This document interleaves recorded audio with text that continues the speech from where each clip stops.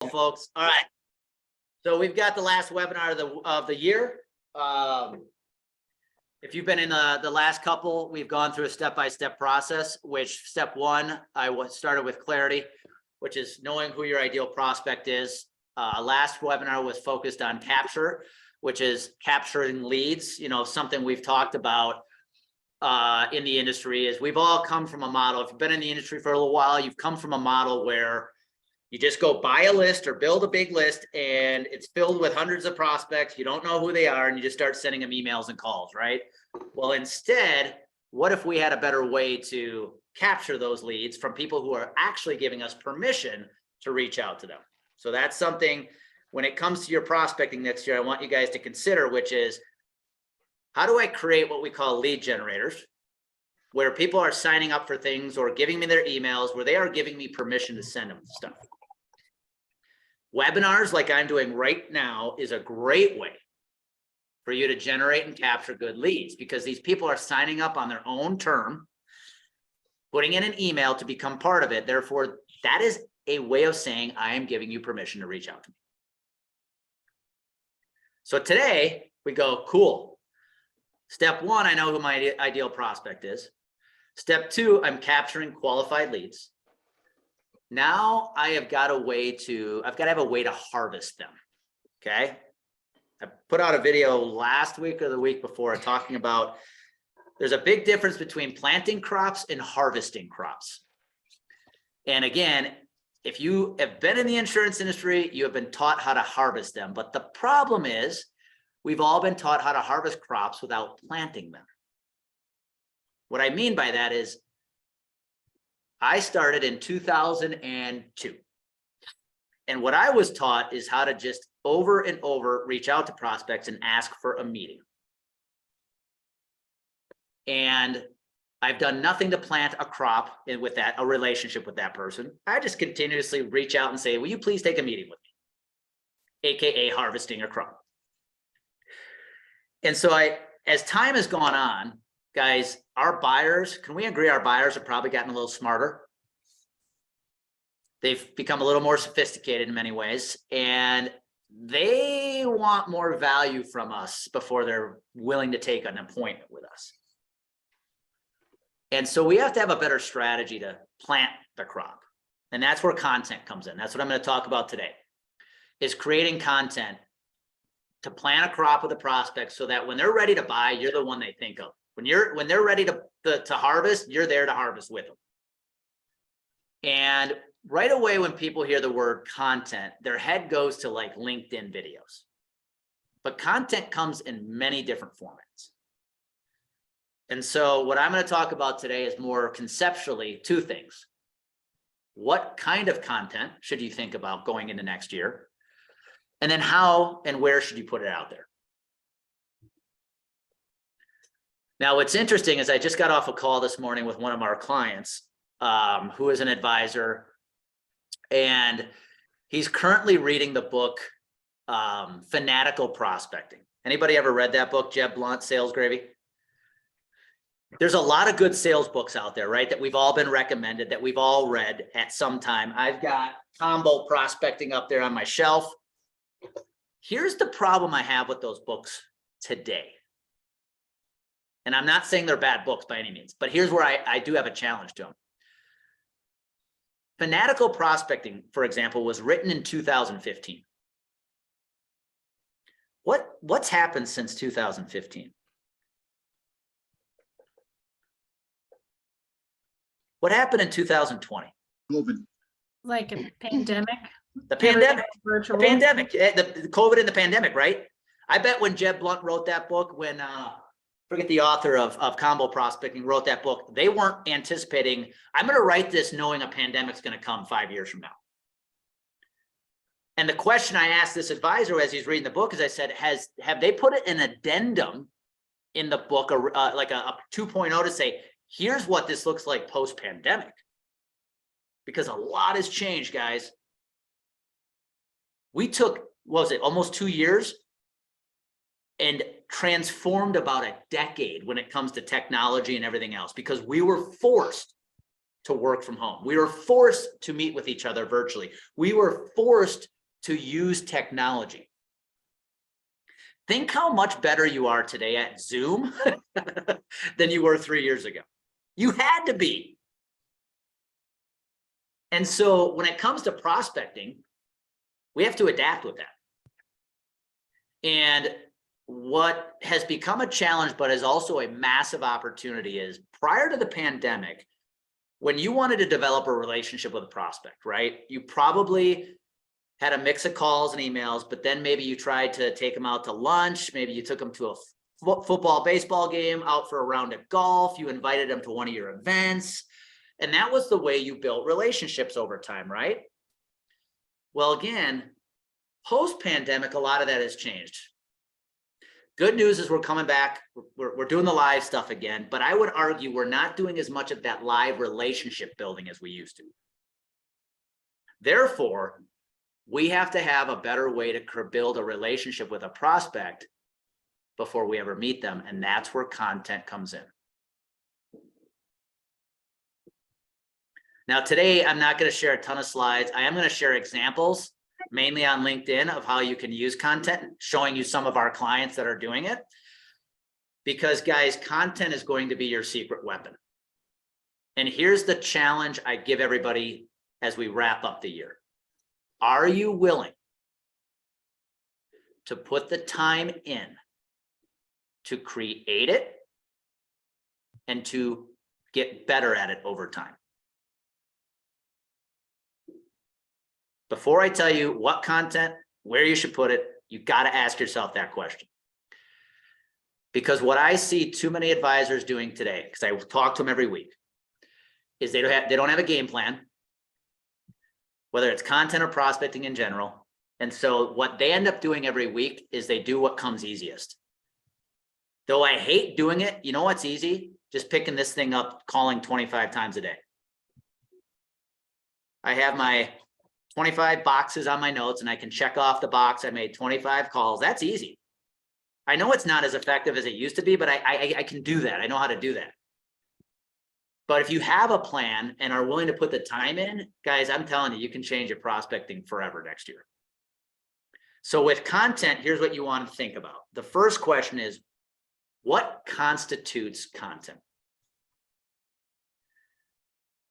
The first mode you have got to consider is, what medium do I want to use?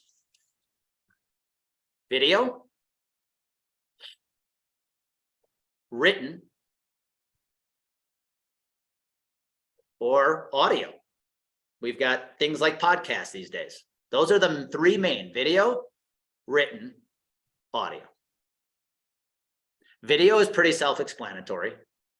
Written can come in any form of articles, emails, white paper, blogs, whatever you want to call them. And audio really is using a format like a podcast. And so that's where you want to start. Now, the home run strategy, guys, is you're leveraging all three. But you don't have to at the beginning if you're just starting out. You got to pick the one you're most comfortable with. Some people are great writers. They hate getting in front of a camera. Fine. I personally believe camera or video is the best because it gives somebody a chance to see you, hear from you, and get a feel for your personality all at the same time. But it does not mean you have to do it. We have clients who are deathly afraid of doing a video. The second they hit record, they turn into a robot. So what we do for them is say, listen, let's lean into the writing side of content and just go from there. And it's been effective. But that's where you have to start. What medium do I want to use? The second question is, where am I going to share it? And before I talk about this, the answer is, if you can do all of them, you're going to hit a home run. But again, if it's starting with one, it's a start. Where you want to be sharing this stuff today? Number one, social media. And I'm going to ask somebody to give me an answer. knowing everybody on this call sells to businesses, I believe, B2B, what is the one platform you need to be on? LinkedIn. LinkedIn. It is the one B2B platform that exists today. I see a lot of people transitioning to TikTok right now because it's generating a lot of comments and likes and views. My problem with TikTok, guys, is I want to know how many of those people on TikTok watching stuff can actually buy from you.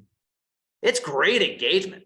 You can go viral without having any followers, but I really want to know how many of those people who are commenting can actually buy from you.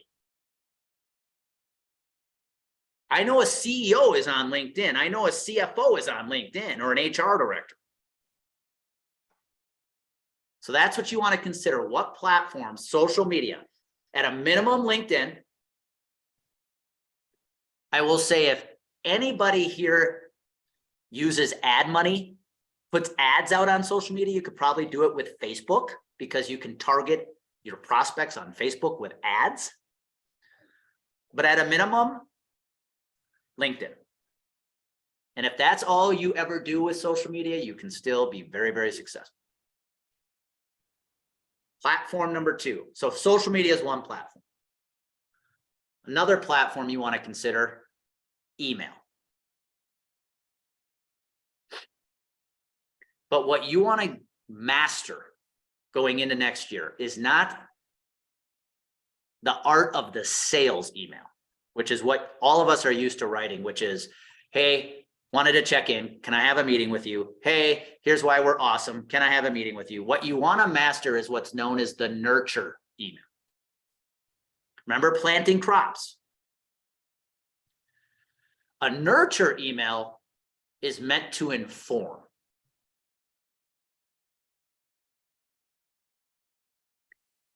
And if you do it on a regular cadence,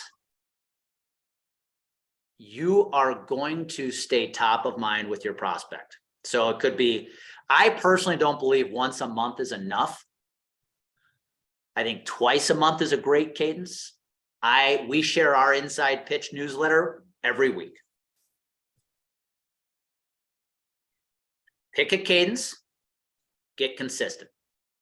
But the nurture is as important as the sale. Nurture is, I'm just going to use this email to inform you on something you may not know that's going to be really helpful for you. And then the third platform I would highly recommend you consider is your website. Now, I know some of you may not have control over your website, so you could take this little piece with a grain of salt. But if you do have some control on the content going on the site, your website is an amazing place to provide nurture content. Now, website will make the most sense if you're using video and articles, but it is another platform from which you can provide content to your prospects. Now, there's a fourth channel I want to talk about that far too many of us in the industry don't leverage. But it's an amazing platform. You could argue it is a form of social media. Anybody know what that might be?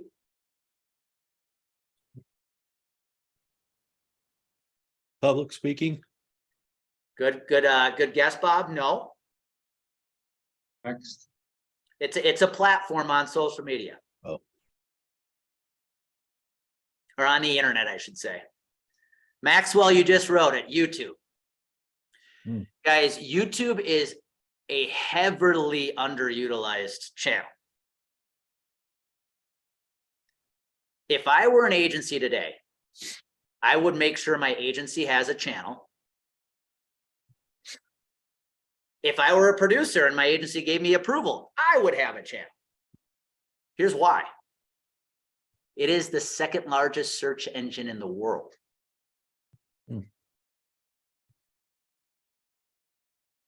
Now, it is purely for video content. But if you do video, I'm starting to believe YouTube is almost a must. And here's why this is all important, guys. If you are on LinkedIn if you have good email, nurture, if you have content on your website and content on your YouTube channel, and build out one at a time if you're just starting, by the way, you are now a very searchable company or a very searchable producer. What do I mean by that? Well, if you're creating content for me, the prospect that I'm looking for, and I can find it on LinkedIn, I'm getting it from you in an email, I can find it on your website, and I can find it on your YouTube channel, you're everywhere. You're searchable to me. And that's what we want to be going into next year. The biggest problem I see with our industry today, and I'm just going to say it, is we like to use the word status quo to win business. Anybody find themselves using that phrase with prospects? Yet it's the one phrase that really describes how our industry still does business today. Because a lot of people prospect as if social media does not exist. Guys, I hate to tell you it's here. It's not going away. And we still rely on the prospecting strategies we used in 1997. When everything has changed so much. So if you can just leverage, think about every platform I just shared with you. LinkedIn, email, website, YouTube. What do they all have in common? They're electronic, they're technology. If you can leverage those four or a combination of those four, guys, you are going to do extremely well in planting crops next year. You still have to pick up the phone. You still have to send direct emails and messages. You still have to do the direct marketing side. But if you back it up with this stuff, you're going to be very recognizable, very searchable, so that when you do reach out to people, they're going to be like, yeah, I know who you are. I know who your agency is. Which leads to the last part. Awesome, Andy. What content should I actually create? And this is the game changer, guys. Never forget this phrase. Anybody get my daily text? Anybody on my daily text channel? I think I sent this out on Tuesday or yesterday. Clear is better than clever. Mm-hmm. Guys, just be clear with your content. Somebody give me an example. Let's say you are on this call and you sell self-funding. That's one of your things. What's a question a prospect might have about it?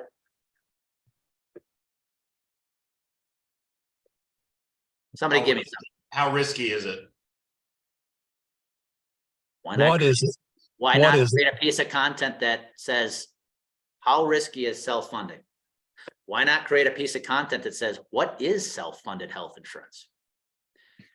The reason we don't like creating that content is because that's common sense in your world. That's boring, actually, right? Why would I create that? I know that. Why would I create that? My peers will think I'm stupid because that's common sense.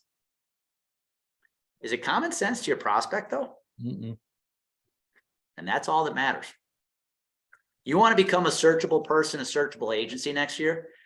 Create the stuff they're actually looking for. What I would challenge everybody to do over the holidays is literally make a list. Think about what my niche is. Bob, you're working on that level funded program, right? Like, what's my unique gift? What's the thing I focus on? And what are all the questions, objections, hesitations my prospects might have around it? And that should drive your content strategy next year. Because here's the best part, gang.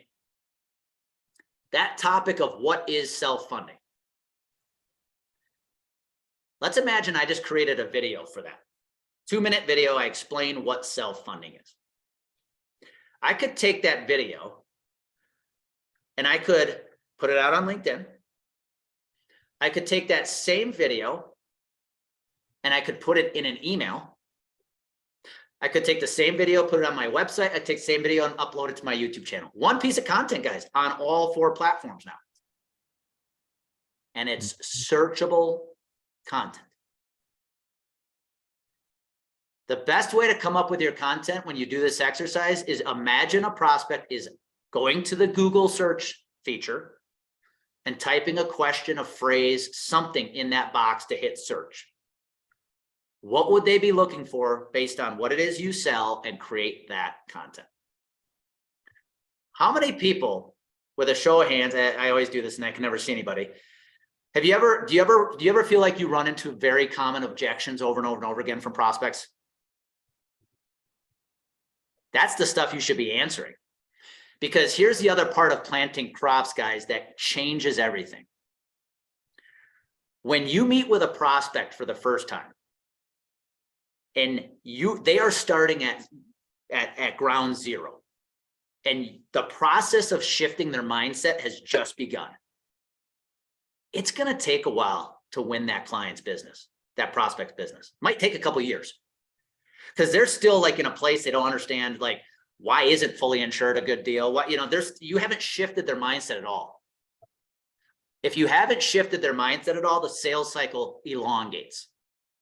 However, if you use your content as you're planting to shift their mindset, by the time they meet with you, they're already shifted. Selling them becomes so much easier. That's why content works. It keeps you top of mind. It makes your name recognizable, your agency recognizable, and it allows you to build a relationship and shift the prospect's mindset before they've ever met you. So that when they enter your pipeline, now it's going to go faster. It's a more qualified prospect, and the odds of you making that a client are exponentially higher.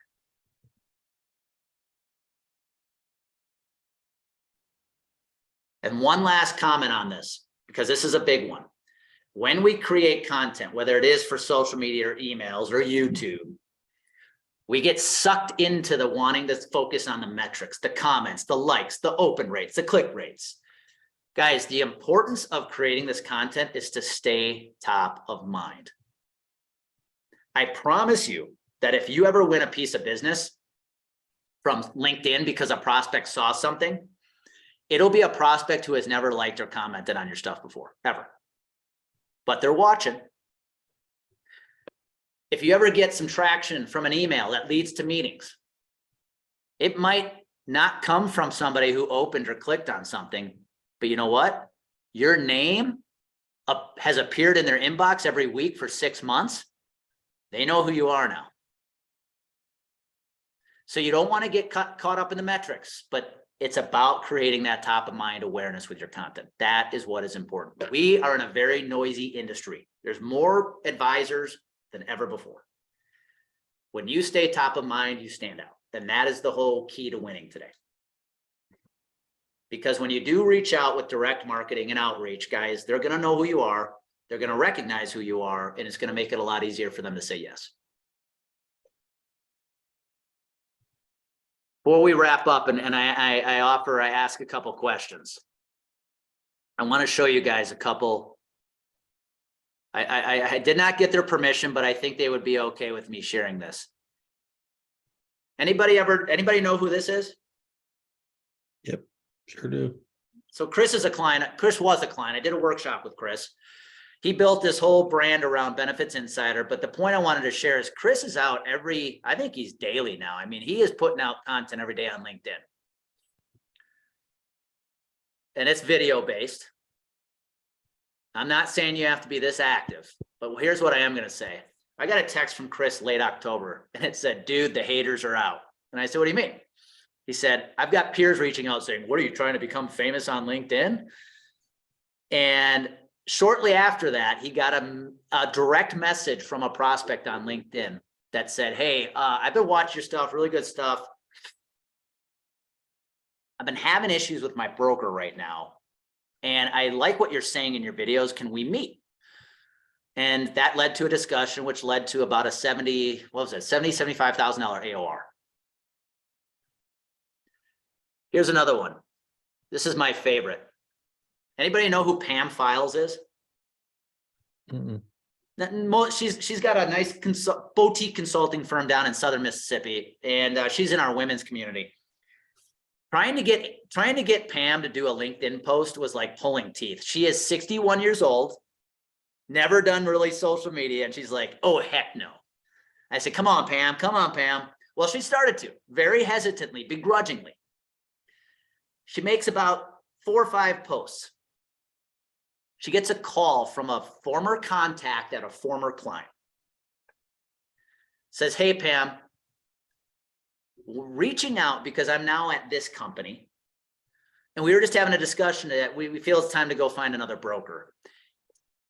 And I've been seeing your content show up on LinkedIn, which made me think of you. Would you be willing to take our account over?" Now, guys, I get this is not everyday results. She goes, "Okay." She goes, "But before we do that, tell me a little bit about your company." "Oh, we have 1,200 employees. My point in sharing this, guys, is Chris, his content isn't like off the charts great. Pam's, she's just getting started. But the only reason those 2 wins occurred were because they're out there.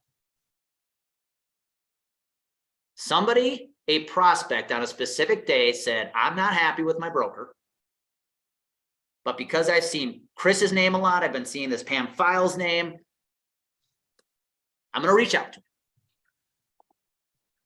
And that's what happens, guys, with content, whether it's social media, email, website content. If you can just create content that your prospects are looking for, it is going to lead to results. You're going to fill your pipeline with more qualified prospects. They're already going to be bought into what you're doing, which makes your whole sales process more effective. So with that being said, we got a couple minutes for questions. Fire away. So can you please remind me what software or what program you use to transcribe the audio on LinkedIn? Yes. On videos? Good news is LinkedIn now has a feature.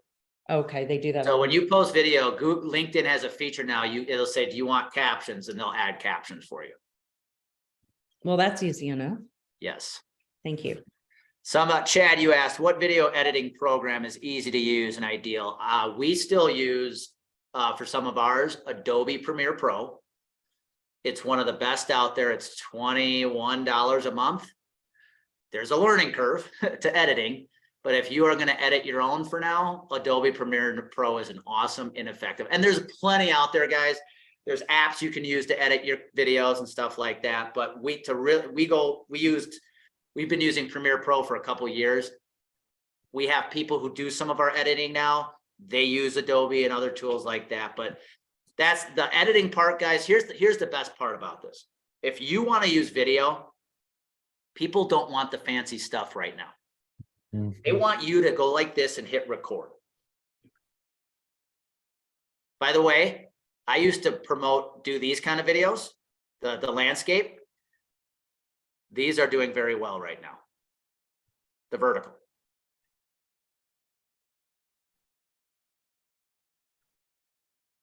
Any other questions? YouTube cost. John, you can have a YouTube channel for the very low investment of free. Doesn't cost anything. Mhm. All you need is a Gmail because it's owned by Google. So you have to have a Gmail or some Google email to set it up. You can create one so you can set it up. But yeah, it's a free platform, very easy to set up. Thank you. Just think of it, guys, as a library of your video content. That's really what you want it to be. So John, I know you guys do videos at Rose Street. Yes, we've been doing many. You guys should have K-Zoom set up a YouTube and upload them all for you there. Yeah, we will definitely look into that. Thanks, Andy. I think that's a great idea. We're gonna be talking about that in January. Awesome. I'm looking forward to it, my friend. Yeah. Any other questions, guys? Maxwell, you have YouTube with a question mark. Free LinkedIn versus upgrading. Either or. The Okay. reason I would have free is because, premium or navigator is they give you an unlimited list of people who are looking at your profile. And I think that's a very underappreciated metric, because if you're creating content consistently, right? A lot of people are going to come check out your profile because they're going to be like, who the heck is this person? And so if I go in and I see a list of who's checking me out, and these people could be prospects, Mhm. I'm going to want to engage with them some way. So, well, that's it, gang. So my challenge I want to leave you guys with is, how bad do you want it next year? Are you willing to put the time to get better at this? Because I promise, guys, the piece most advisors are missing right now is that planting the crop. And content is the best way to do it. And Love it. you don't have to overthink it. It's, what are my prospects looking for? And I am going to create the content that answers that. So with that being said, guys, if you need help or you want to start, you guys all have my email address. I'm not going to put some button in here to click on anything. Send me an email, send me a text, send me a LinkedIn message. I'm happy to do like a free call with you, free session. I will tell you, we've got our next academy starting January 18th. We go through this whole thing. We build this plan for you. So if you're interested, shoot me a message to learn more. It's filling up quick. But guys, this is the name of the game. Content's the secret sauce next year. And the good news is most of the industry still doesn't want to do it. Gives you an advantage. Andy. Thank you, Merry Andy. Christmas, everybody. You guys have a beautiful Thank you. Christmas, holidays, Hanukkah, and I'll see you guys on the flip side next year. Sounds good. Good to see you, Andy. Thank you. Likewise. Bye.